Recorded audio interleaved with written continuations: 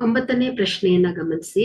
ಒಂದು ಶಾಲೆಯಲ್ಲಿನ ಬಾಲಕಿಯರ ಎತ್ತರಗಳ ಮಧ್ಯಾಂಕವು 149.03 ಸೆಂಟಿಮೀಟರ್ ಆಗಿದೆ ಎಂದರೆ, ಇಲ್ಲಿ ನೋಡಿ, ಮಧ್ಯಾಂಕ ಎಂದ್ರೆ ದತ್ತಾಂಶವನ್ನ ಎರಡು ಸಮಾನ ಭಾಗಗಳನ್ನಾಗಿ ವಿಭಜಿಸುವ ಮೌಲ್ಯವಾಗಿದೆ. ಸೊ ಇಲ್ಲಿ ಇದರ ಅರ್ಥ ಏನು ಅಂತ ಹೇಳಿದ್ರೆ, ದತ್ತಾಂಶದ ಅರ್ಧದಷ್ಟು ಮೌಲ್ಯಗಳು ಮಧ್ಯಾಂಕಕ್ಕಿಂತ ಹೆಚ್ಚಾಗಿರುತ್ತೆ ಮತ್ತು ಉಳಿದ ಅರ್ಧದಷ್ಟು ಮೌಲ್ಯಗಳು ಏನಾಗಿರುತ್ತೆ, ಮಧ್ಯಾಂಕಕ್ಕಿಂತ ಕಡಿಮೆ ಇರುತ್ತೆ.